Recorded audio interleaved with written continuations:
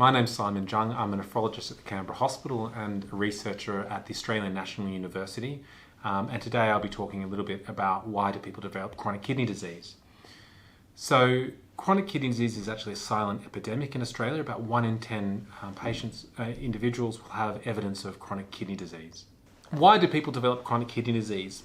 The trends in the cause of kidney disease tell us a lot about what's been driving it over the last 50 years. Over 50 years ago, the most common cause was an immune condition called IgA nephropathy. However, changes in lifestyle, increasingly sedentary lifestyle, availability of food, and increasing workloads have resulted in a rising incidence of lifestyle-associated diseases, especially diabetes. As a result, over the last several decades, diabetes has overtaken immune-mediated kidney disease as the leading cause of chronic kidney disease worldwide and also within Australia. Diabetes itself is found in about 1 in 20 individuals, and over the age of 70, about 1 in 5 people will have diabetes. Diabetes itself is a condition that arises as a result of an inability to control sugar levels in our body. As the sugar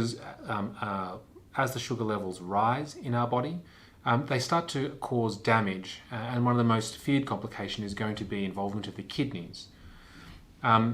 Diabetes and the high sugar levels, when in the presence also of high blood pressure, tends to cause increasing inflammation and eventually scarring within the kidneys.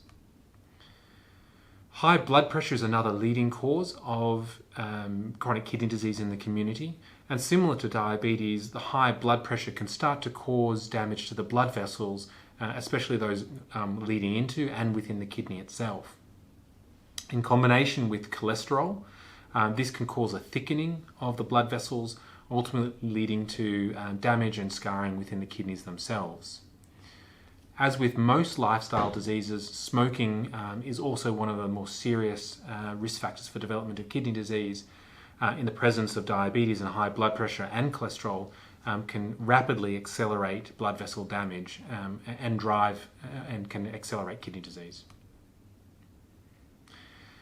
The second most common cause beyond these lifestyle-mediated processes is going to be immune disease. Immune diseases comprise the second largest cause of kidney disease in Australia. The reasons why immune diseases occur is quite complex. They generally are an interplay between our genetics, our environment, including viruses that we may have encountered during our childhood, as well as medicines that we've used, and even some of the foods that we've eaten. The exact genes that may contribute to these immune-mediated diseases and the mechanisms which cause immune-mediated kidney disease generally vary and in some cases are unique from person to person. Genetics themselves are also a very common cause of chronic kidney disease. Some very classic examples include polycystic kidney disease, as well as some congenital reflux conditions, which are very strongly associated with genetic variation.